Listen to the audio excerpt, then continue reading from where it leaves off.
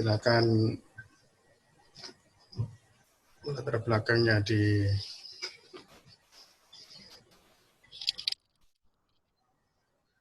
Mas Anies.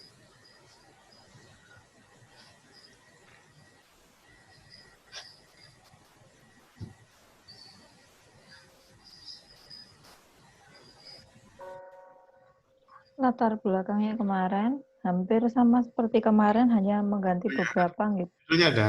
Pak Zaki. Judulnya dulu aja, Mbak. Apa? Judul biar orang paham. Oh ya, dari awal berarti nggih, Pak Zaki. Judul saja. Biar orang paham tentang judulnya itu. Judulnya sendiri, kesenjangan digital dalam pembelajaran daring di masa pandemi COVID-19 pada siswa sekolah dasar di Sidoarjo. Oke. Nah, terus lari ke paragraf pertama. Latar belakang, Ya. ya, paragraf pertama itu tentang kesenjangan digital. Itu berkaitan dengan ketidakseimbangan akses teknologi internet. Di dalam dunia digital, setiap individu dikelompokkan menjadi dua kelompok, yaitu kelompok yang memiliki akses teknologi dan sekelompok yang tidak memiliki akses teknologi. Hal ini menunjukkan sebuah perbedaan yang menyebabkan ketidakseimbangan kepemilikan teknologi disebut kesenjangan digital. Kesenjangan digital merupakan ketidaksetaraan dalam mengakses teknologi informasi antara orang yang memiliki akses ke teknologi dengan orang yang tidak memiliki akses teknologi. Selain itu, kesenjangan digital juga dapat diartikan sebagai suatu kesenjangan dalam kemampuan digital yang akan berdampak pada ketidaksetaraan hasil. Ini dikutip dari Mata Garuda tahun 2018, halaman 256. Kemudian, munculnya wabah COVID-19 atau coronavirus disease di seluruh dunia, termasuk di wilayah Indonesia, itu menimbulkan berbagai pengaruh yang sangat jelas terlihat itu pada sektor ekonomi dan sektor pendidikan. Dalam bidang pendidikan sendiri, untuk mengurangi atau mencegah penyebaran virus COVID-19 di lingkungan pendidikan, Menteri Pendidikan dan Kebudayaan menerbitkan surat edaran Mendikbud nomor 4 tahun 2020 pelaksanaan dalam surat berisi poin diantaranya pembatalan ujian atau UN pada tahun 2020. Kemudian yang kedua, proses belajar dari rumah. Dan ketiga, ujian sekolah, yang biasa disebut dengan pembelajaran dalam jaringan atau pembelajaran jarak jauh, memerlukan akses internet meliputi handphone, paket internet, dan sinyal.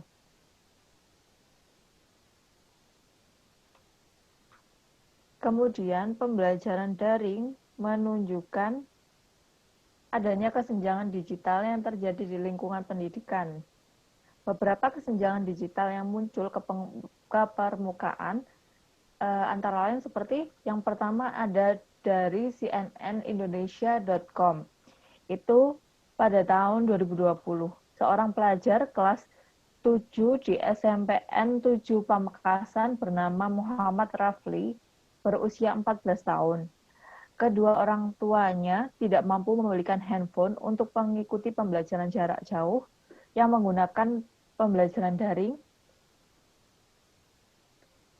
yang menggunakan akses internet sehingga pelajar tersebut sering ketinggalan pelajaran.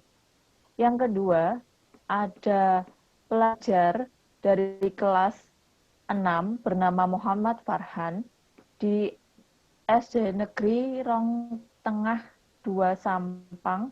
Ia tidak memiliki handphone untuk mengikuti pembelajaran jarak jauh, sehingga ketika pembelajaran terkadang ia meminjam handphone kakaknya, tetapi jika kakaknya telah berangkat bekerja dan membawanya, maka ia meminjam handphone tetangga dan digunakan teman-temannya. Kemudian yang ketiga, dari liputan6.com itu ada seorang pelajar kelas 7 MTS Yarobi di Kabupaten Grobogan, Jawa Tengah bernama Catur Ferianto. Dia rela menjadi kuli bangunan agar dapat membeli handphone untuk mengikuti pembelajaran jarak jauh. Kemudian berita yang keempat itu dikutip dalam newsdetik.com. Desa Pasuruhan, Kecamatan Karangkobar, Banjarnegara, Jawa Tengah, itu mengikuti pembelajaran daring di kompleks pemakaman. Hal ini dikarenakan di wilayah rumah mereka tidak mendapatkan akses sinyal atau jaringan dan kompleks pemakaman tersebut merupakan satu-satunya tempat yang mendapatkan sinyal. Kemudian, selain beberapa berita di atas, kesenjangan digital di Indonesia dapat dilihat melalui Indeks Pembangunan Teknologi Informasi dan Komunikasi atau yang biasa disingkat dengan IPTIK, dan survei yang dilakukan untuk mendukung data kesenjangan digital di salah satu sekolah dasar. Yang pertama, kesenjangan digital di Indonesia dapat terlihat melalui data Indeks Pembangunan dan Komunikasi dibutuhkan oleh statistik atau BP tahun 2011. Hanya IP pada tahun 2006 itu sebesar 4,34, sedangkan IPTIK pada tahun 2017 sebesar 4,99. Data tersebut menunjukkan sebuah peningkatan dalam indeks pembangunan TIK di Indonesia. Meskipun di Indonesia menunjukkan suatu peningkatan pembangunan dalam TIK, namun kesenjangan digital masih dapat terlihat dalam indeks pembangunan teknologi komunikasi dan informasi di beberapa provinsi. Sebagai contoh, IPTIK yang mendapatkan indeks pembangunan paling tinggi adalah Provinsi DKI Jakarta. Sedangkan provinsi yang mendapatkan indeks pembangunan paling rendah adalah Papua. Sebuah survei dilakukan untuk melihat kesenjangan digital dan dampak dalam penerapan pembelajaran jarak jauh dengan menggunakan pembelajaran dalam jaringan atau yang biasa disebut dengan daring yang berada di lingkungan sekolah dasar. Survei dilakukan di salah satu sekolah dasar yang sedang melakukan himbauan pemerintah untuk belajar dari rumah atau BDR dengan menerapkan pembelajaran dalam jaringan, yaitu di SDN Klurak, Kecamatan Candi, Kabupaten Sidoarjo. Siswa yang bersedia mengisi survei berjumlah 83 responden. Dan uraian, 21 responden berasal dari kelas 2 dan 62 responden berasal dari kelas 5. Survei kesenjangan digital di SDN Klurak, Kecamatan Candi, Kabupaten Sidoarjo, menggunakan 3 indikator untuk melihat adanya kesenjangan digital dalam pembelajaran daring. Indikator tersebut meliputi kepemilikan handphone, waktu, dan sinyal. Indikator pertama terkait kepemilikan handphone. Indikator pertama adalah kepemilikan handphone. Indikator ini digunakan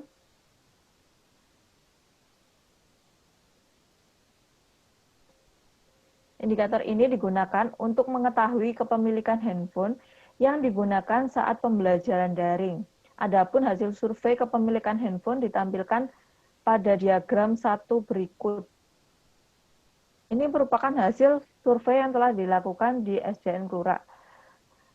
Dalam hasil SDN Klurak ini, kepemilikan handphone sebanyak 49 siswa atau 59%-nya itu menggunakan handphone orang tuanya untuk digunakan dalam pembelajaran daring. Kemudian 32 siswa atau 39% itu digunakan miliknya siswa sendiri digunakan untuk pembelajaran daring. Kemudian 1% itu atau 1 siswa menggunakan handphone saudara kandung dan 1 siswa lainnya itu tidak memiliki handphone.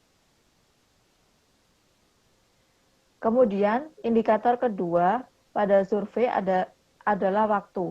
Indikator waktu digunakan untuk mengetahui keinginan atau waktu luang siswa dalam melakukan pembelajaran daring. Adapun hasil survei waktu ditampilkan pada diagram 2 berikut. Waktunya di sini ada siswa mampu memulai pembelajaran daring pukul 7 itu ada sebanyak 21 siswa. Kemudian pukul setengah 8 ada 12 siswa. Yang tadi setengah 8, kemudian yang ini pukul 8, 37 siswa. Setengah 9 ini 2 siswa. Kemudian jam 8 lebih 53 itu 1 siswa. Pukul 9 itu 5 siswa. Setengah 10 itu 1 siswa. Jam 10 itu 1 siswa. Jam 4 itu 1 siswa. Dan jam 5 itu 1 siswa. Kemudian dari indikator ketiga. Indikator ketiga itu merupakan survei tentang sinyal. Indikator sinyal digunakan untuk mengetahui kartu perdana yang digunakan siswa dalam handphone memiliki sinyal yang kuat atau lemah di lingkungan rumah siswa. Adapun hasil survei sinyal ditampilkan pada diagram 3 berikut. Sebanyak 52 siswa atau presentasenya 63% itu memiliki sinyal yang kuat di daerah rumahnya. Kemudian sebanyak 31 siswa atau dipresentasikan 37% itu memiliki sinyal yang lemah di daerah rumahnya. Kemudian hasil survei yang diuraikan di atas menunjukkan bahwa adanya kesenjangan digital. Hal tersebut terlihat melalui hasil survei meliputi ketidakseimbangan kepemilikan handphone, tidak samanya waktu yang dapat diluangkan siswa untuk memulai pembelajaran daring, dan ketidakseimbangan sinyal di lingkungan rumah siswa. Kemudian, kesenjangan digital dalam pembelajaran daring menimbulkan berbagai dampak seperti munculnya stres bagi siswa, orang tua siswa, dan guru. Stres merupakan dampak terhadap suatu kejadian atau pengalaman yang dimaknai secara negatif yang tidak dapat dihadapi atau dilalui oleh individu. Ini dikutip dalam bukunya Ibung Dian pada tahun 2008, halaman 1. Stres sendiri biasanya berasal dari kecemasan dan kekhawatiran seseorang. Misalnya, stres pada siswa yang ditemukan pada survei di SDN Klurak, Kecamatan Candi, Kabupaten Sidoarjo. Adapun hasil survei stres siswa ditampilkan pada keliru Pak ini, mohon maaf. Pada tabel 1 berikut. Di sini ada kriteria kekhawatiran siswa. Itu yang pertama khawatir terhadap jaringan dan kuota internet. Itu ada sebanyak 3 siswa.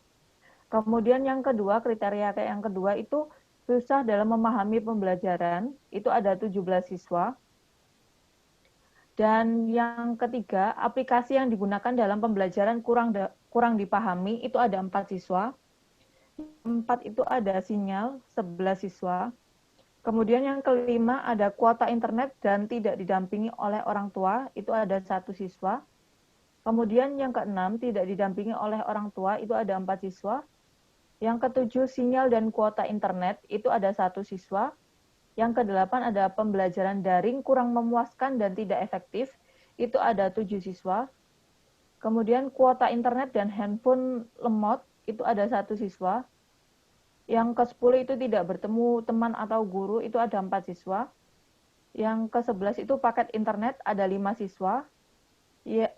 Yang ke-12 ada waktu, itu ada 2 siswa.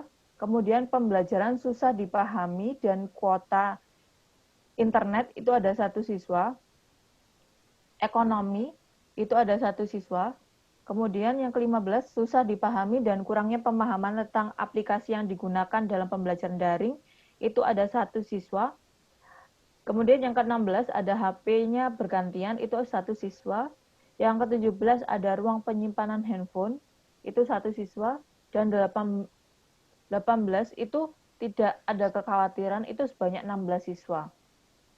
Kemudian yang kedua, itu ada stres orang dalam pembelajaran daring, menimbulkan munculnya atau terjadinya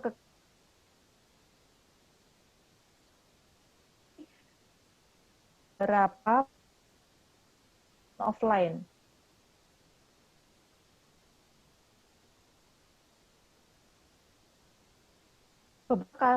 Beberapa kasus tip yang di Kompas tahun 2020 yang ibu berinisial SF itu di Kota Parepare Selatan menganiaya anak kandung dengan dipukul menggunakan balok kayu dan dikirimkan kepada. Hal ini dipicu karena ibu tersebut mendapatkan laporan dari guru bahwa anak tersebut tidak mengikuti pembelajaran daring selama sehari. Kemudian si anak berbohong kepada tantenya dan mengatakan bahwa ibunya itu telah berbohong tentang laporan gurunya itu. Kemudian si ibunya kesal dan memukul anaknya dengan balok dan merekamnya. Rekaman tersebut dikirimkan ke pihak keluarga suami sebagai bukti bahwa anak tersebut itu telah berbohong. Kemudian ada kasus yang kedua. Kasus kedua itu dikutip dari CNN Indonesia pada tahun 2020 di Desa Cipalabuh, Kecamatan Cijaku, Kabupaten Lebak, Banten. Seorang siswa kelas 1 dianiaya oleh ibu kandungnya. Awalnya anak tersebut itu hanya dicubit, kemudian tambah parah dipukul menggunakan tangan, gagang sapu, kemudian didorong anak tersebut, sehingga membuat kepala anak tersebut itu terbentur ke lantai. Hal ini dilatar belakangi karena sang anak itu sulit menerima pembelajaran saat daring. Nah, dari kasus yang kedua ini, saya mendapat kabar bahwa anak ini sampai meninggal dunia karena takut, orang tuanya takut, akhirnya dikubur. Kemudian untuk mengatasi bahwa kesenjangan digital dalam pembelajaran daring, ada beberapa aktivitas belajar yang dapat dilakukan baik pihak sekolah atau guru. Dikutip dari Jawa Pos tahun 2020, di SMPN 1 Kabus Jombang menjembatani untuk memaksimalkan pembelajaran daring seperti mengadakan pelatihan pengelolaan learning management system dan pelatihan pembuatan media pembelajaran daring dan penilaian untuk melengkapi fasilitas komputer yang ada di ruang TIK. Tujuannya agar guru yang belum memahami aplikasi dalam pembelajaran daring dapat memahami dan membuat pembelajaran daring semakin efektif. Selain itu, bagi siswa yang tidak memiliki handphone ataupun kuota internet, pihak sekolah memberikan beberapa alternatif seperti meminjamkan handphone, membelikan handphone dengan cara mengangsur, dan membelikan kuota internet menggunakan dana BOS. Berita lainnya, saya kutip juga di Jawa Pos pada tahun 2020.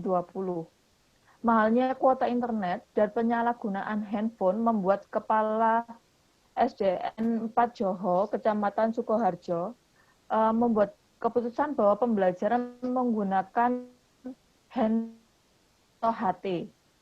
Itu kemudian SD di Kertasura dan Sukoharjo Kota menggandeng radio antar penduduk Indonesia atau RAPI dan meminjamkan berbagai perlengkapan pendukung untuk memfasilitasi pembelajaran jarak jauh. Berdasarkan paparan di atas, menunjukkan bahwa pentingnya untuk meneliti lebih lanjut terkait kesenjangan digital, stres, dan aktivitas belajar di lingkungan pendidikan, terutama dalam masa pandemi COVID-19 yang mengharuskan guru serta siswa melakukan pembelajaran dalam jaringan atau daring. Maka dilakukanlah penelitian tentang kesenjangan digital dalam pembelajaran daring di masa COVID-19 pada siswa sekolah dasar di Sidoarjo. Namun, penelitian dibatasi pada satu sekolah dasar negeri di kota, satu sekolah dasar negeri di salah satu di desa, ini keliru Pak, mohon maaf, di desa, dan 1 sekolah dasar di swasta. Penelitian akan sejauh mana kesenjangan digital, stres siswa dalam pembelajaran daring, stres orang tua siswa dalam pembelajaran daring, dan menguraikan aktivitas belajar siswa di tengah kesenjangan digital. Sudah, Pak Jaki.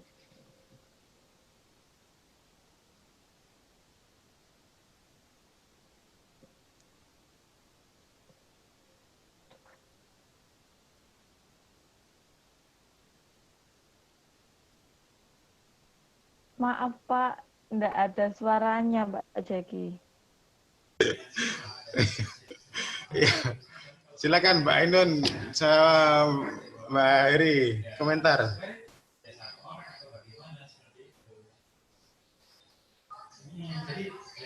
Ada tanggapan? Sudah bagus, Pak. Oh, tanggapannya kok gitu? Saya jadi minder, Pak. Hah? Sudah bagus, latar belakang. Bu Aida. Oh, Mbak Eri ada? Datanya Data. Ini kan yang kalau kita cek dulu aja, cek dulu ya. Judul sama paragraf yang satu, coba. Judul sama paragraf satu sudah sinkron nggak kira-kira Mbak Retno? Coba naik ke atas. Kesenjangan digital. Coba. Ya. Kesenjangan digital dalam pembelajaran daring di masa pandemi siswa. Oke, ini kan ada 2 isu ya. Kesenjangan digital dalam pembelajaran daring ya. Kan gitu aja kan ya. 2 isu penting ya. Kesenjangan digital, pembelajaran daring. Nah, ini kan pertanyaannya seperti yang saya berikan ke Mbak Eri tadi, kenapa penelitian ini menarik kan gitu ya. Kenapa kok mengambil penelitian ini? Nah, ini kan dijawab di paragraf yang satu, coba paragraf 1. Paragraf 1. Coba. Paragraf kurang ke bawah, Pak. Nah, coba.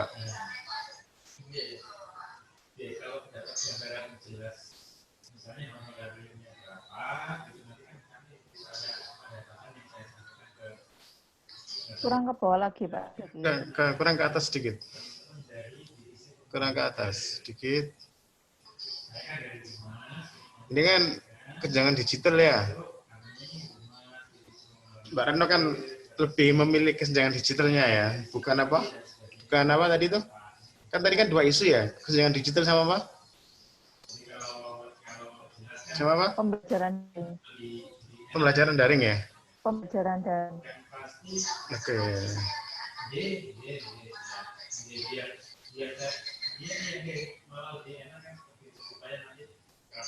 Nah, ini kesenjangan digital ini biar match dengan judulnya itu harus diberi. Namun di tengah kesenjangan digital itu pemerintahan Indonesia atau diterapkan pembelajaran apa?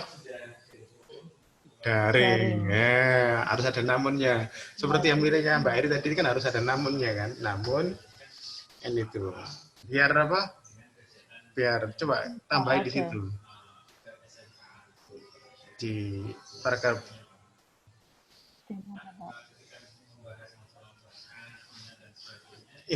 ini kan masih berdiri sendiri kan ini kan. Ini masih menjelaskan adanya kesenjangan digital ya. Tapi belum memunculkan apa? Belum memunculkan sebuah masalah kan. Masalahnya adalah di tengah kesenjangan digital Indonesia menerapkan apa? Menerapkan pembelajaran daring. Lalu bagaimana? Pak, di bawah ada. Kenapa? Di bawah kan karena munculnya COVID-19 itu termasuk di wilayah Indonesia kan juga terpengaruh. Nah, pengaruh yang sangat jelas terlihat itu dari segi sektor ekonomi sama sektor pendidikan. Sektor pendidikan sendiri itu untuk mengurangi atau mencegah penyebaran COVID-19 itu dari Surat Edaran Mendikbud nomor 4 tahun 2020 itu tentang pelaksanaan kebijakan pendidikan dalam masa darurat penyebaran COVID-19, itu surat edaran itu berisi beberapa poin, diantaranya ada ujian UN tahun 2020 dibatalkan, kemudian proses belajar dari rumah, dan ujian sekolah. Nah, proses belajar dari rumah yang biasanya disebut dengan pembelajaran daring atau dalam jaringan, atau biasa disebut juga dengan pembelajaran jarak jauh, itu pastinya memerlukan akses internet, meliputi handphone, paket internet, dan sinyal. Gitu, Pak. Nah, ini kan paragraf ini kan harus menjelaskan ke paragraf pertama nanti kan ya. Iya. Tapi kan paragraf ini masih nggak bisa dilingkan ke paragraf pertama karena nggak ada tadi tambahan itu. Kan berarti ditambahi. Pertanyaannya kan, kenapa kamu tertarik dengan penelitian ini, dengan judul ini? Kamu sudah menjelaskan bahwa ada kesenjangan digital ya. Iya. Nah, tapi berhenti di situ. Kenapa kok enggak di tengah kesenjangan digital ini Indonesia menerapkan apa? Pembelajaran daring. Yang ini akan memicu banyak persoalan di lapangan. Nah, misalnya kan itu kan menjadi semacam seperti yang milihnya Mbak Heri tadi, ya kan ya? Coba dijadikan paragraf 1 aja. Biar paragraf 1 itu punya apa? Semacam, jadi orang itu nanti penguji ataupun siapapun itu sudah tahu arah penelitiannya itu di paragraf 1. Supaya orang tahu, kira-kira gini, misalnya di huruf merah ini, yang ada merah ini nggak ada itu. Kira-kira orang sudah paham nggak tentang arah penelitian itu? Belum, kan? Misalnya. Namun di tengah kesenjangan digital seperti itu ya, pemerintah menerapkan pembelajaran daring di di SMP ya, SD ya? di sekolah dasar. Di sekolah dasar. Karena pandemi COVID. Nah, misalnya. Karena pandemi COVID. Hal ini membuat apa? Membuat siswa dan orang tua siswa apa? Kira-kira. Guru juga kayaknya ya. Hal ini membuat guru, Hal ini membuat guru, siswa, orang tua siswa, serta guru. Apa kira-kira? Membuat apa kira-kira? Memiliki kecemasan, membuat kecemasan. Ya, hal ini membuat siswa, orang tua siswa, serta guru mengalami kecemasan misalnya. Mengalami kecemasan. Apa? Selain kecemasan ya, karena kesenjangan digital tadi itu ya. Kecemasan. Sehingga hal ini menarik untuk diteliti misalnya. Coba kamu tambahkan. Hal ini menarik untuk diteliti. Nah, coba Mbak Retno, misalnya paragrafmu tanpa kalimat merah itu kira-kira seperti apa? Ada perubahan nggak misalnya dengan diberi tambah merah ini? Ada, Pak. Apa? Perubahannya apa? Tambah panjang? Bukan. Enggak, Pak. Enggak. Lebih terkait, kalau yang pertama itu lebih secara umum sih, Pak. Lebih ke hanya menjelaskan kesenjangan digital saja. Tidak langsung mengarah pada penelitian saya. Nah, kan gitu kan. Padahal yang sering saya katakan itu kan paragraf pertama itu kan pembuka ya. Bagaimana orang istilahnya overview, dalam arti satu paragraf itu bisa mencerminkan apa? Secara keseluruhan. Iya, bahkan sampai bab 4, bab 5, bab kesimpulan kan gitu ya. Kan gitu ya nih ya. Jadi kan yang tadi di Mbak Heri tadi saya katakan bahwa kenapa orang kok sangat peduli terhadap judul kan?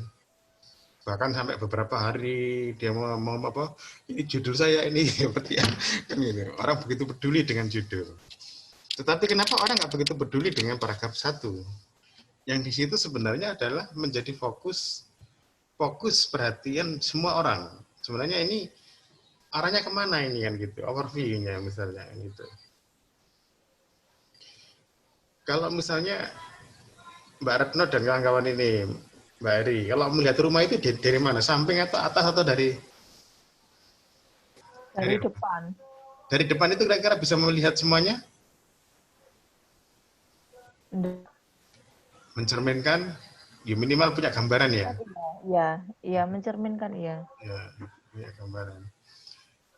Kira-kira setelah diberi kalimat merah ini, itu adalah kayak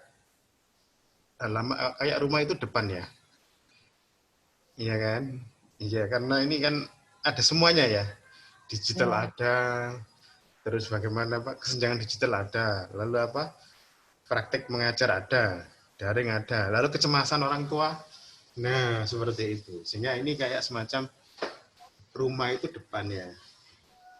Kalau selain kecemasan kan ada aktivitas guru dan siswa, Pak. yang mana? Yang rumusan masalah keempat. Nah ya, intinya kan saya kan selalu mengatakan bahwa paragraf pertama itu kan semacam jendela kan, jendela. Di situ orang bisa melihat apa sih sebenarnya mau dilakukan oleh peneliti ini kan, seperti itu. Tapi kalau misalnya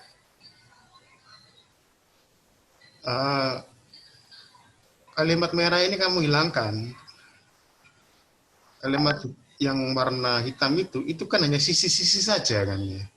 Itu kan hanya saya macam mungkin pintu depan, mungkin pintu belakang, mungkin jendela depan, mungkin jendela samping. Nah itu kan ya. Itu kan hanya sisi-sisi. Intinya kan kamu punya judul. Judulmu itu kan kamu sudah kamu lihat beberapa hari kan ya. Sudah kamu. Nah, judulmu itu bawa ke paragraf 1 kan gitu ya. Paragraf 1 ini sehingga apa?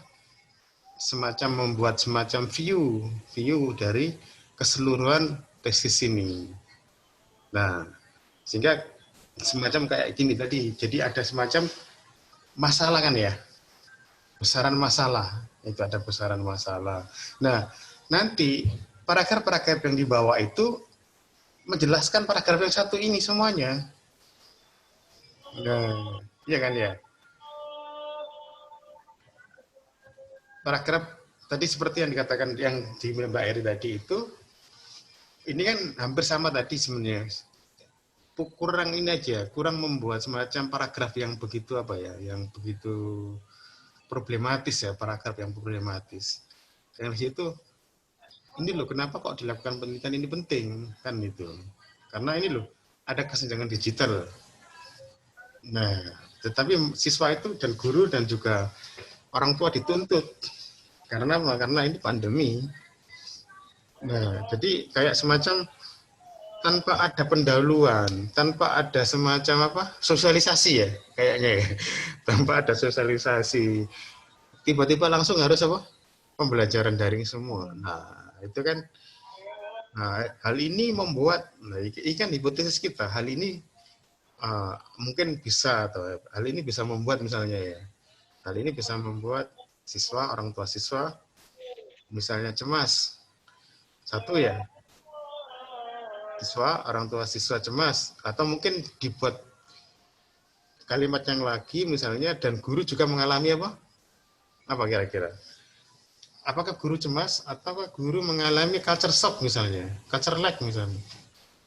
Semacam, kira-kira guru siap nggak terhadap pembelajaran daring itu? Enggak, kurang siap, Pak. Nah, misalnya, biar siswa dan orang tua siswa ini cemas, guru buatkan kalimat sendiri yang lebih menarik apa gitu misalnya. Selain itu selain itu guru dan apa cuma guru yang cemas? Sekolah. Nah ya, misalnya. Selain itu Mungkin ini hal ini menarik untuk diteliti itu jadikan satu kalimat sendiri aja. Hal ini menarik untuk diteliti. Coba. Selain itu kamu copy dulu, kamu ambil. Ya. Kamu ambil. Nah, siswa ini kamu titik, beri titik. Ini siswa mengalami kecemasan titik ya. Mengalami kecemasan titik. Di sini kecemasan. Siswa kecemasan. Ini kecemasan titik. Ya. Terus tadi kamu copy ke paste sih, kamu kayak paste. Selain itu guru serta ini kamu buang ke bawah ke sini ya. Selain itu guru dan serta ya nggak apa-apa. Pihak sekolah apa? Mengalami apa? Tadi mengalami apa? Kultur shock. Culture shock ya, boleh culture shock. Ya, sekolah mengalami culture shock. Titik, hal ini menarik untuk diteliti. Nah, itu loh penguatan ya. Hal ini menarik untuk diteliti. Titik. Saya bahasa Indonesia kan aja, Pak. Boleh. Gegar budaya ya. Culture lag atau culture shock?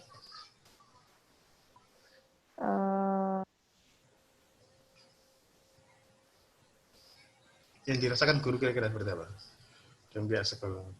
Gamang atau apa? Kan Mbak Ratno kan guru ya. Kira-kira dirasakan guru dan kepala sekolah apa? Pusing, Pak. Oh, pusing. Pusing itu kan kalimat individual ya, karena pusing karena nggak punya uang, pusing karena apa? Kalimat sosial, lebih ke arah sosial apa? Gamang. Kejutan. Jadi culture shock berarti keterkejutan ya. Kan ada culture shock, ada culture lag. Kalau culture lag itu kan dia nggak bisa menggunakan ya. Dia nggak bisa menggunakan apa? Perangkat digital itu culture lag. Kalau culture lag itu dia nggak bisa menggunakan perangkat digital. Kalau culture shock itu semacam gamang ya. Kejutan budaya, gegar budaya. Ya boleh, itu culture shock gitu ya, gegar budaya. Misalnya. Titik, hal ini menarik untuk diteliti.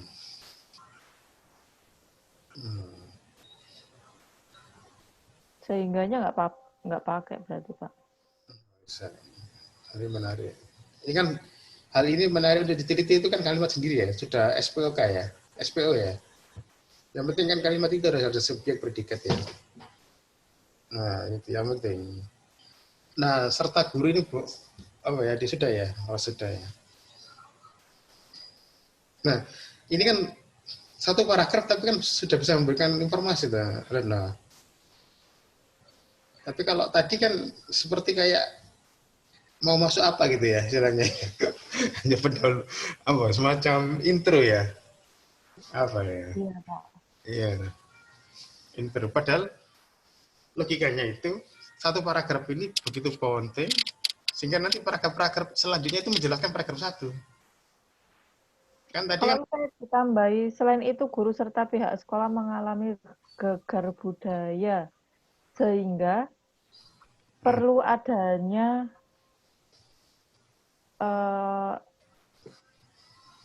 aktivitas pembelajaran yang dapat menampung kesenjangan digital. Nggak boleh, Pak? Itu kan memberi solusi ya? Iya. Kamu memberi solusi nggak? Redmond nggak? Ada aktivitas siswanya, Pak, yang di rumusan masalah terakhir. Oh iya, boleh berarti. Ya, oke. Boleh. Yang penting kan ada.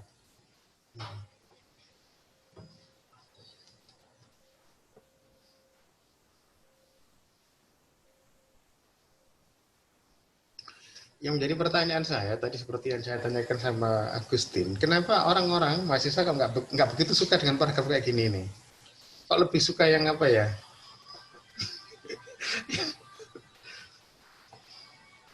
Kayak orang hutang tapi dengan putar-putar itu ya.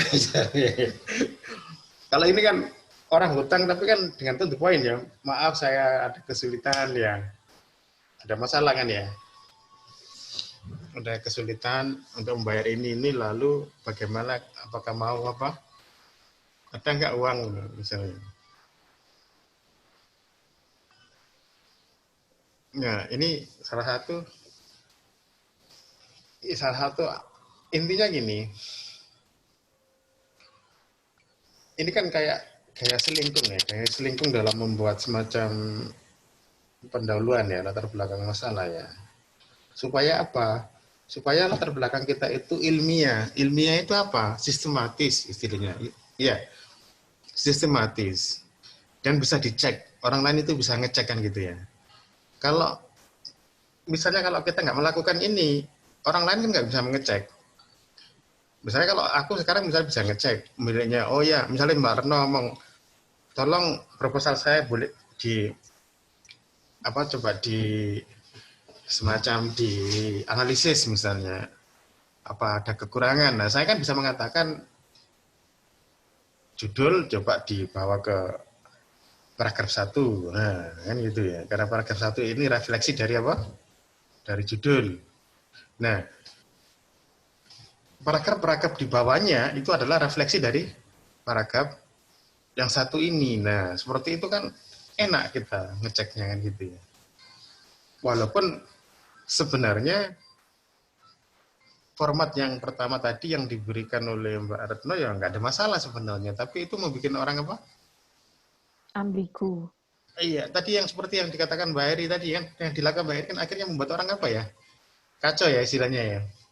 Semacam sudah ditulis, terus lagi nanti di paragraf berikutnya kan gitu. Atau mungkin orang lupa, mohon seperti itu. Orang lupa misalnya apa? Apakah paragraf yang tak buat ini sesuai nggak dengan paragraf yang pertama? Ini kan sulit untuk dicek kan ya. Kalau ini kan kita membuat paragraf yang begitu sentral, setelah itu kita membuat paragraf-paragraf yang lain, dan kita bisa ngecek apakah paragraf-paragraf selanjutnya itu sesuai nggak dengan paragraf yang ini. Nah, itu loh maksudnya ya. Nah, kan gitu. Nanti tinggal ngecek paragraf ini sesuai nggak, paragraf ini sesuai nggak. Nah, saya kira tadi, oh nih, oke, ini sudah oke. Dari paragrafnya Mbak Retno kan sudah kayaknya sudah ini ya. Pertama kan menjelaskan tentang kesenjangan digital ya. Oke, sudah. Ada pertanyaan dari Mbak Ainun sama Mbak Ari tentang ini.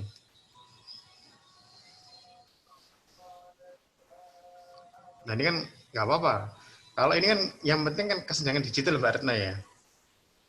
Iya, Pak. Nah, oke, sudah lah. Kamu ini hak-hakmu lah. Ini istilahnya ambilan-ambilan lah. Pokoknya kamu ngomong tentang apa kesenjangan digital, oke. Nggak ada masalah bagi saya. Oke. Oke, setelah kesenjangan digital apa kira-kira?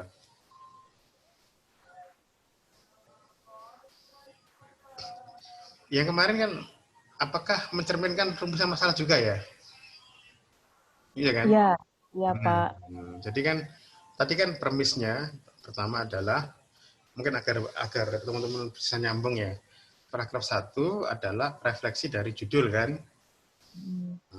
Terus paragraf-paragraf selanjutnya itu adalah refleksi dari paragraf yang pertama.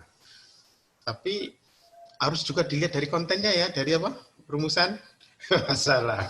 Tidak harus banyak tapi enggak ada. Nah, sekarang kita kontrol dari sini.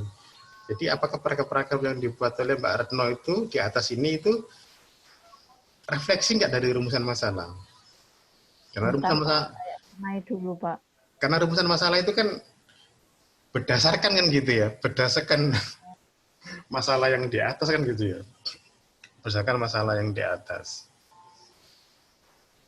Berdasarkan masalah yang di atas, maksudnya adalah paragraf pertama tadi, bahwa kesenjangan digital itu ternyata tetap membuat siswa-siswa harus melakukan pembelajaran daring.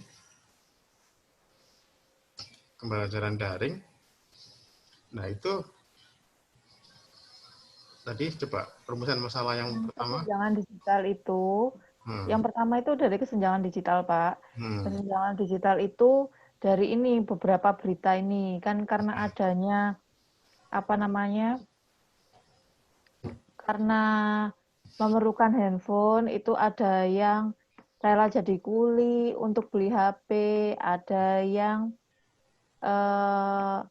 siswanya ketinggalan pelajaran karena orang tuanya.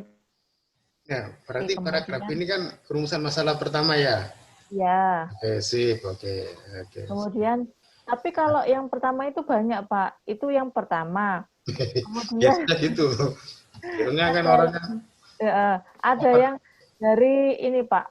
Indeks pembangunan IPTIK. Itu yang kedua. Itu apa namanya? Dari saya lihat dari BPS Badan Pusat Statistik. Ya, pada tahun yang dikeluarkan pada tahun 2018. Ini yang kedua. Ini agak banyak, Pak, ya, yang rumusan pertama. Iya, nggak apa-apa. Intinya kan kamu bisa mempertebal latar belakangmu dengan memasukkan banyak konten tentang apa kesenjangan digital kan. Kemudian itu dari surveinya. Survei itu ada 3 indikator. Yang pertama itu dari kepemilikan HP, waktu, dan sinyal. Nah, ini yang pertama dari kepemilikan HP ini, Pak. Oke. Indikatornya ini kepemilikan HP sama sinyal sama ini. Itu sih, Pak. Yang kedua, ini hasilnya.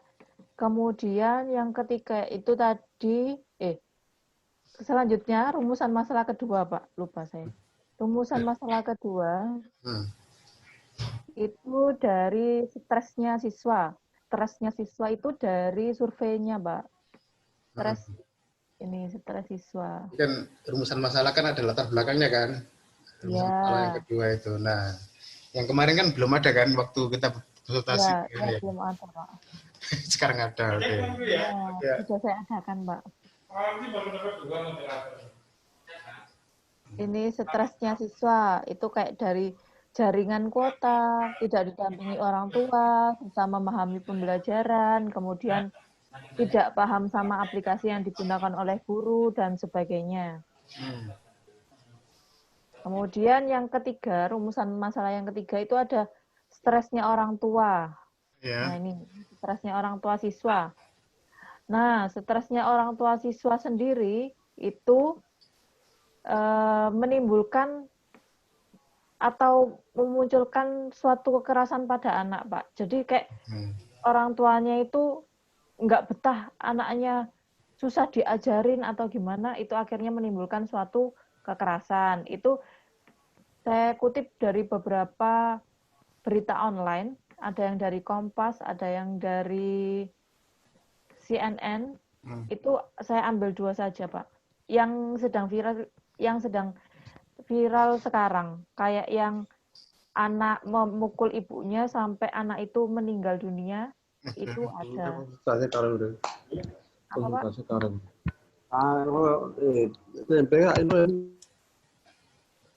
Iya. Jadi kan yang penting kan sudah ada kan latar belakangnya ya. Kemudian yang keempat, Pak, belum selesai. Apa?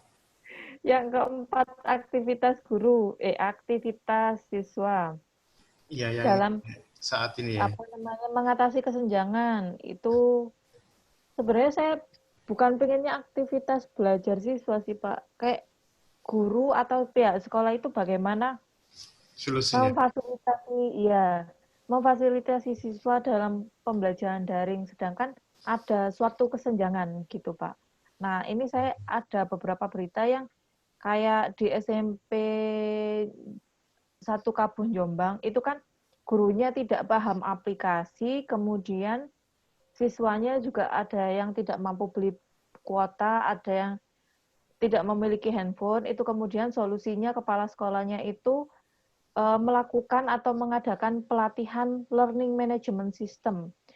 Itu dan pelatihan pembuatan media pembelajaran daring.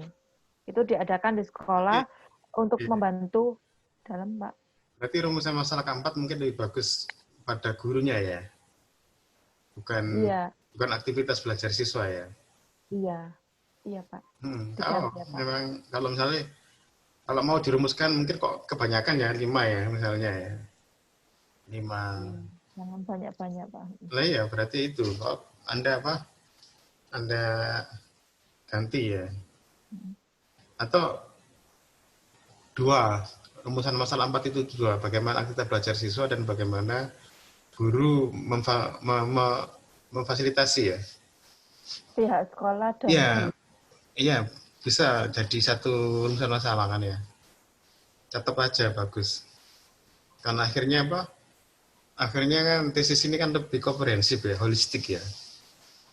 Kan kayaknya Anda juga harus perlu tahu tentang aktivitas belajar siswa kan ya. Ya kan ya. Lalu apa yang dilakukan oleh guru. Iya nggak apa-apa. Mungkin 4 itu dua apa? Dan gitu ya. Dan Bagaimana? aktivitas belajar siswa dan ini dan apa solusi yang dilakukan apa Solusi yang diberikan ya, yang oleh diberikan pihak sekolah ya atau guru.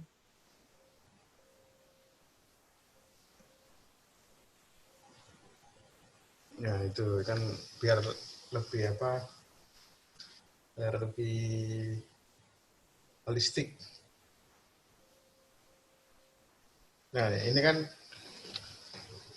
dengan rumusan masalah keempat ini maka ada relevansi bahwa tesis ini kan untuk pendidikan kan ya. Kalau yang 1, 2, 3 ini bisa saja ini ilmu sosial kan ya. Bisa saja itu tesis ilmu sosial. Tapi dengan adanya yang rumusan keempat ini pendidikan kan gitu ya. Lebih ke arah ada nuansa pendidikannya. Ada sosialnya kena, pendidikannya juga kena kan yang di rumusan keempat ini. Ya udah berarti itu. Tinggal kamu tadi memberikan apa yang dilakukan di mana? Di Jombang ya? Sudah ada di situ? Ada, Pak. Ya sudah berarti aja udah lengkap gitu loh. Ya, ini di Jombang yang apa kepala sekolahnya apa namanya memberikan pelatihan pada gurunya. Nah itu jawab pos itu Kemudian, kamu buat miring ya karena itu surat oh iya, kabar ya. Pak. Ya, jawab pos. Kemudian selain itu kepala sekolahnya juga kalau masalah kuota Coba disebutkan jawab pos itu. Jawab pos ini kan oh ya tahun itu ya. Pak, mohon maaf ya. Enggak, bukan. Itu kamu Apa? beri judulnya, judul beritanya apa? Kalau gini kan tahun 2020 kan banyak. Iya Pak, sudah saya kasih tapi di ini Pak. Apa? Kalau kalau Ya nanti saya tambahin ya Pak. kan di atas saja, jangan diberi Ya. seperti buku. Ini kan buku ya kayak. Ini nanti saya berarti pindahkan ya Pak. Mm-mm. Ini kan ada judulnya. Ya. Ini sudah saya bikin apa namanya daftar pustakanya. Itu kok ada Wahyu namanya, bukan Jawa Pos ini. Mana Pak? Liputan 6 loh. Bukan ini penulisnya. Ini penulisnya, tapi dia nulisnya di liputan 6. Oh iya. Ya, oke. Tadi yang dihapus tadi judulnya ya, Jawa Pos, judul apa bulan hari ya, hari, tanggal hari biasanya. Ini tanggal harinya yang ini Pak. Hmm. Kayak ini, gini Pak. Biasa aja ditulis kalau surat kabar boleh kayak misalnya kan Tempo Oh, miring. kayak surat kabar gitu Pak. Tempo miring membuat judul apa gitu, tanggal ini tentang apa gitu. Biar nanti baru di sini alamatnya ada URL-nya itu ya di Ya, daftar di pustaka. daftar pustaka. Oke. Kemudian kemarin yang ada Pak Jeki apa tentang tujuan penelitian kemarin sempat dikomentar sama Pak Jeki. Ya sekarang udah ya mengidentifikasi. Ya, itu sudah saya lihat KKO. Yang pertama itu saya ganti mengidentifikasi. Yang kedua sama, ketiga sama. Kemudian yang keempat itu menguraikan aktivitas belajar siswa ditambah tadi dan solusi Memetakan mungkin ya. Solusi. Solusi yang diberikan. Mencari pola atau boleh memetakan solusi atau pola pemodelan boleh terserah. Yang penting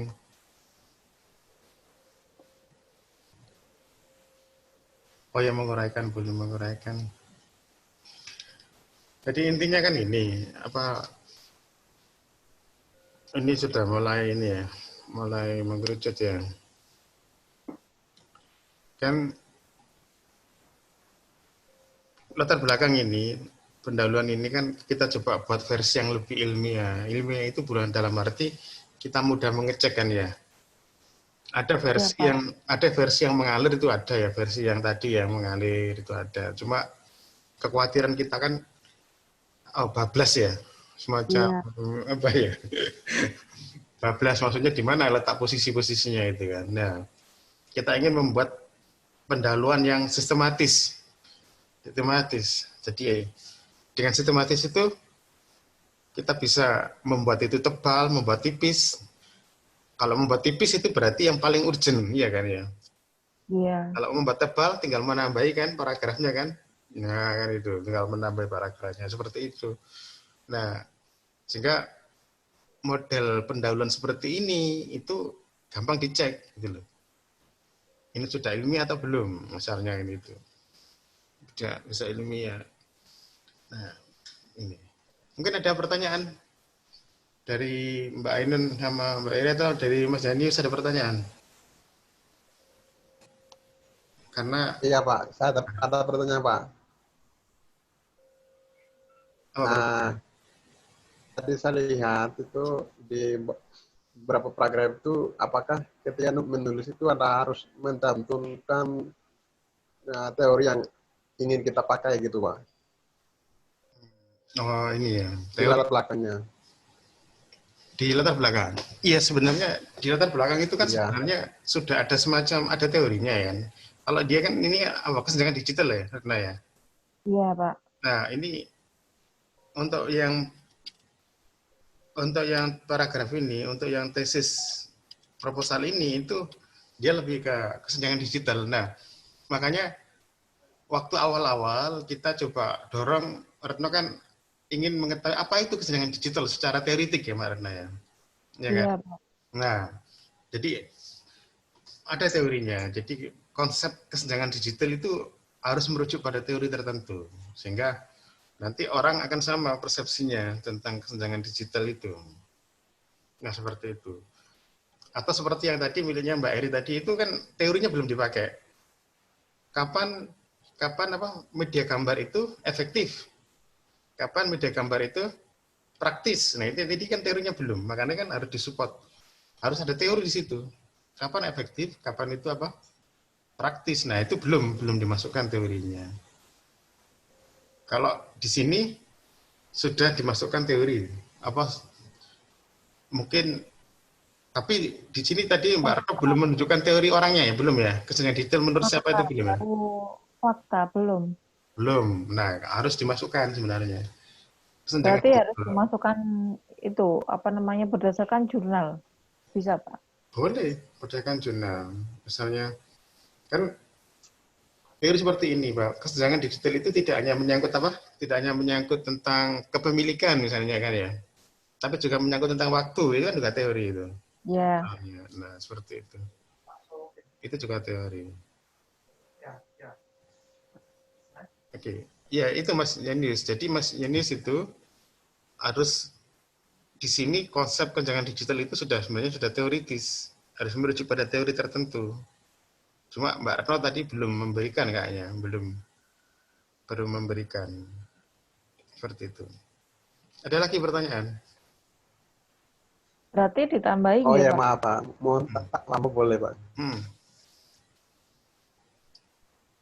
Mas Yanius. Tambah pertanyaan boleh Pak? Boleh. Jika kita menambah teori di bagian latar belakang, lalu untuk yang bab 2 itu seperti apa pergulatan teorinya itu?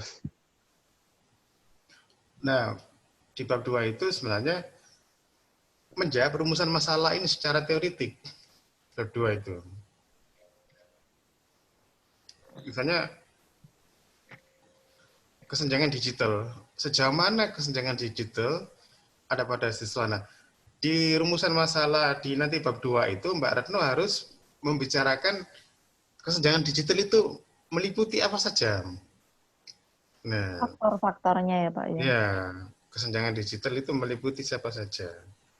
Dan misalnya studi-studi di beberapa negara lain, misalnya kesenjangan digital itu juga terkait dengan apa? Kelas sosial misalnya, ekonomi, terkait dengan ekonomi, terkait dengan pekerjaan misalnya. Nah, di situ itu untuk maka di bab 2 itu sudah harus menjawab perumusan masalah ini secara teoritik. Kan gitu. Menjawab perumusan masalah secara teoritik dan juga secara empirik dalam arti studi-studi yang sudah ada. Makanya beberapa sebenarnya saya lihat itu tesis-tesis itu kok teoritis lagi, maksudnya terlalu general. Misalnya tidak menjawab, hanya mendeskripsikan teori kan gitu kan ya. Nah itu. Jadi bab 2 itu harus menjawab, bukan mendeskripsikan teori. Menjawab bahwa yang perlu dipahami orang adalah kesenjangan digital itu banyak hal. Meliputi banyak hal. Tidak hanya kepemilikan handphone, tapi juga sinyal kan gitu ya. Tapi juga sinyal. Tapi apa? Pakai data misalnya. Punya pakai data tapi sinyalnya nggak kuat misalnya, itu juga kesenjangan digital. Sama saja. Ya. Jadi di sini ingat nanti Mbak Retno di bab 2 itu mencoba untuk menjawab perumusan masalah 1 di paragraf pertama, 2, 3 itu. Nah, terus rumusan masalah kedua juga harus ada teoritis bahwa ini Bos, stres, teori tentang stres,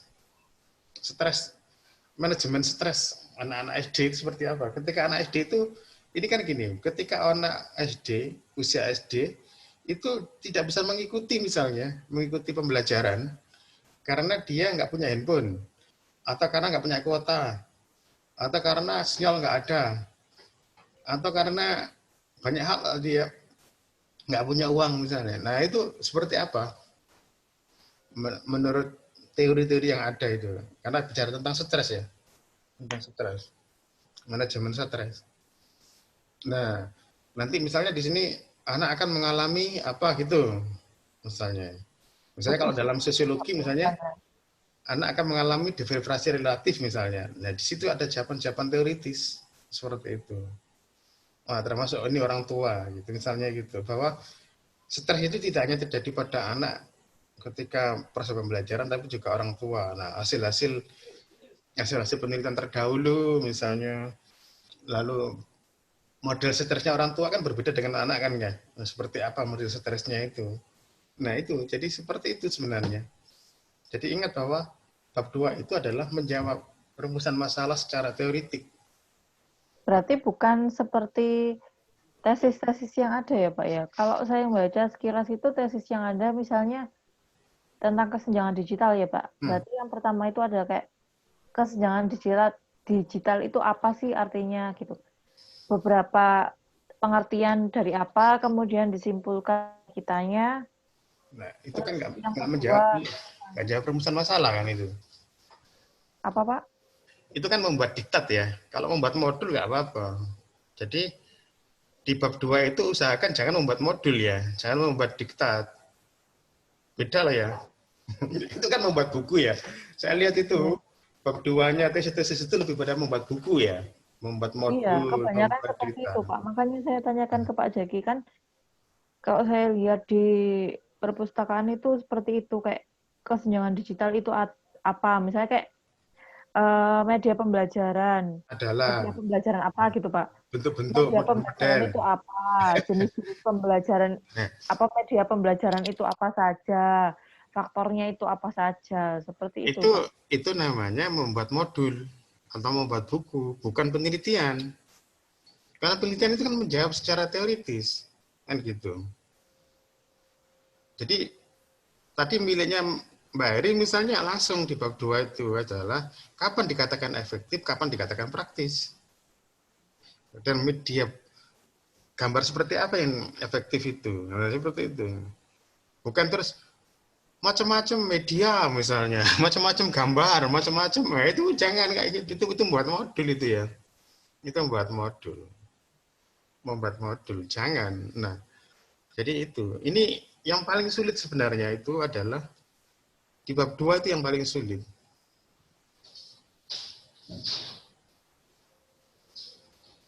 Butuh referensi yang sangat banyak ya Pak, berarti kalau di bab 2. Iya. Ya sebenarnya bukan banyaknya tidak, tapi yang relevan. Yang menjawab rumusan masalah itu, yang relevan. Tidak bertele-tele ya. Gitu. Kalau Kan, tadi yang misalnya yang pertama kesenjangan digital, tapi saya ambil dari jurnalnya tentang penjembatani kesenjangan digital di Nigeria. boleh. Sebuah studi tentang penggunaan internet di Calabar Metropolis Nigeria. Boleh. Itu di situ kan dia meneliti tentang 3 nggih, Pak. Yang pertama itu ada tentang bentuk kesenjangan.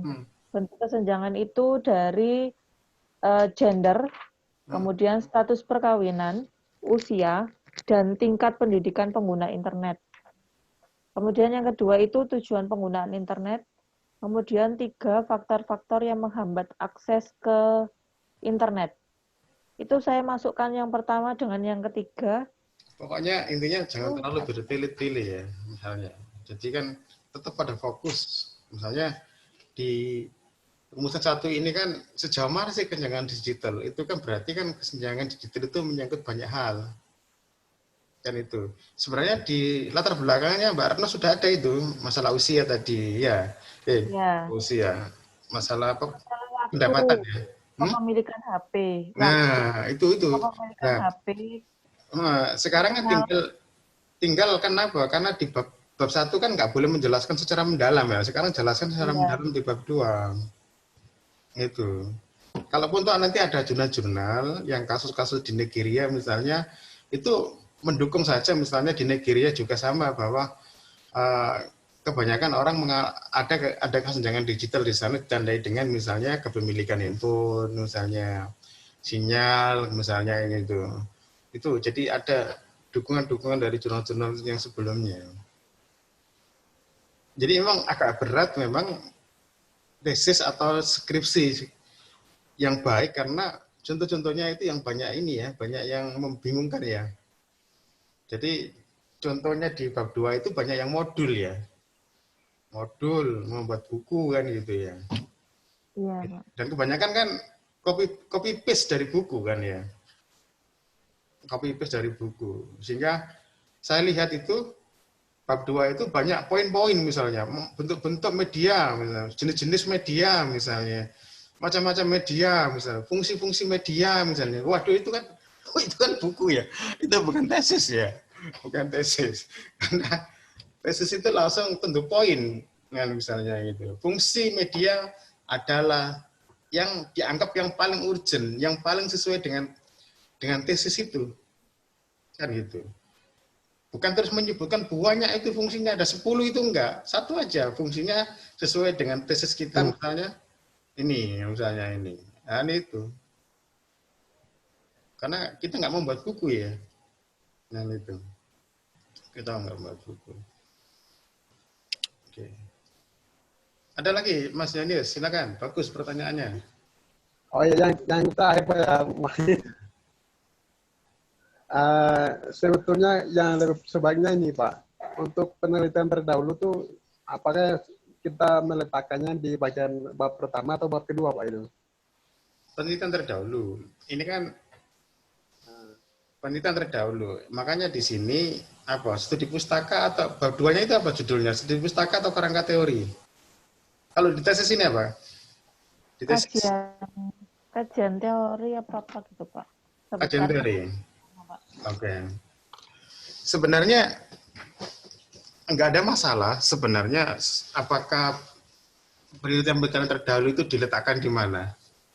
Saya kan sudah pernah mengatakan ya di teman-teman ya. Andai kata Iya, kajian teori, Pak. Andai kata kita dapat semacam penelitian 10 penelitian ya. Itu kan sebagian diletakkan di pendahuluan. Sebagian diletakkan di teori. Jadi nanti Mas Yanis ya. Makanya kenapa penelitian baik itu skripsi maupun tesis yang penting itu adalah jurnal dulu. Adanya jurnal.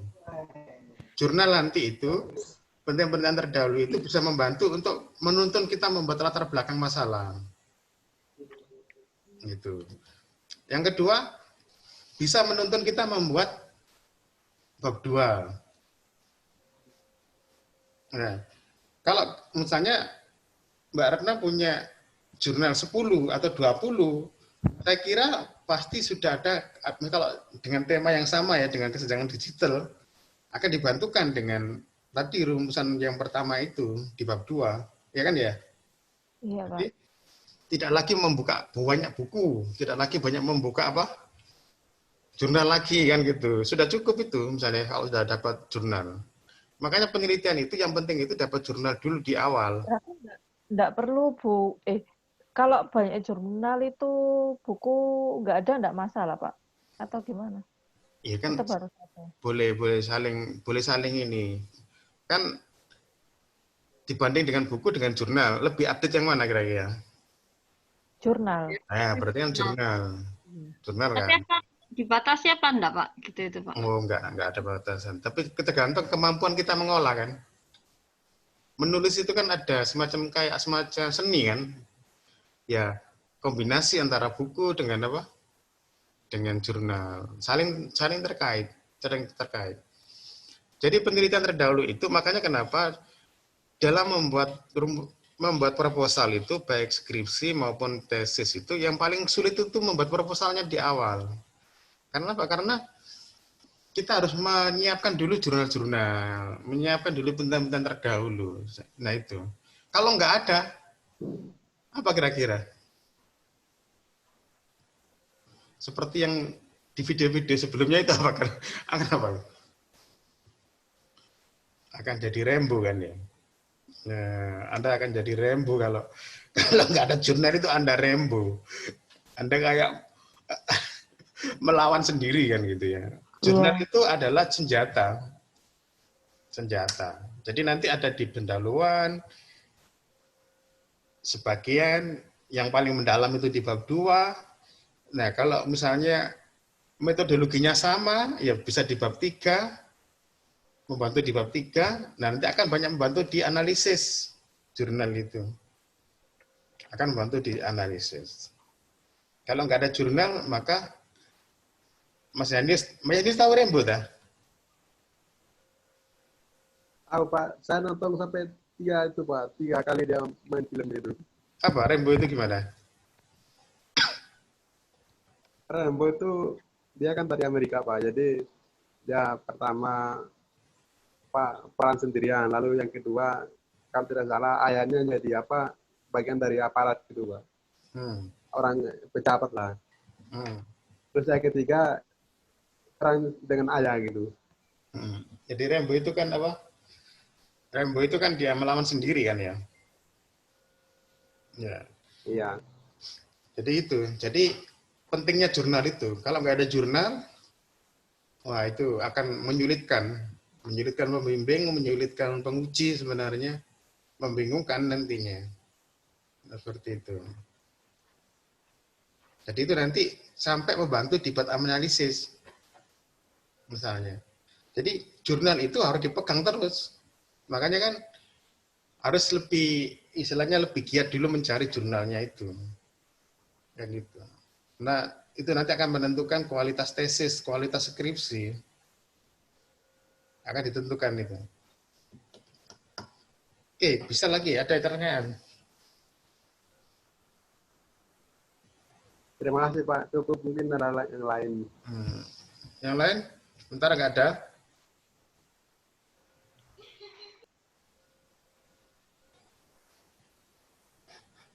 Sementara cukup atau enggak? Kalau cukup kita bisa ini. Nanti Mbak Endon hari Kamis ya? Iya Pak, enggak apa-apa, saya sambil mencari jurnal lagi. Kamis ya? Jurnalnya harus yang terindeks Scopus ya Pak? Wah, ya tidak. Boleh terindeks Scopus. Kalau tesis itu lebih bebas. Skripsi juga lebih bebas. Misalnya bisa terindeks DOAJ, bisa terindeks Copernicus, kan gitu kan. Intinya. Semakin terindeks makin bagus intinya. Karena apa? Semakin terindeks itu kualitas jurnalnya itu semakin terpelihara intinya. Dan kalau ada jurnal berarti internasional terutama itu berarti apa yang kita kerjakan itu tidak rembo kan gitu ya. Jadi ada telah dilakukan orang lain kan gitu. Kalau nggak ada jurnal internasional bisa rembo. Saya akan menyulitkan sendiri. Makanya kan penelitian itu yang paling sulit itu adalah di pendahuluan sebenarnya. Itu. Karena apa? Karena harus siap. Karena apa? Ibaratnya perang itu senjatanya sudah siap dulu. Kan gitu. Nggak bisa terus nanti. Wah, nggak sulit itu. Itu nanti. Misalnya. Oke. Kalau nggak ada, kita tutup ketemu Senin, Kamis ya. Iya, Pak. Oke, terima kasih. Selamat malam dan assalamualaikum warahmatullahi wabarakatuh. Waalaikumsalam warahmatullahi wabarakatuh. Waalaikumsalam. Saya tutup ya. Iya Pak. Pak. Ya, Pak. Terima kasih Pak. Oke, selamat. Oke, selamat.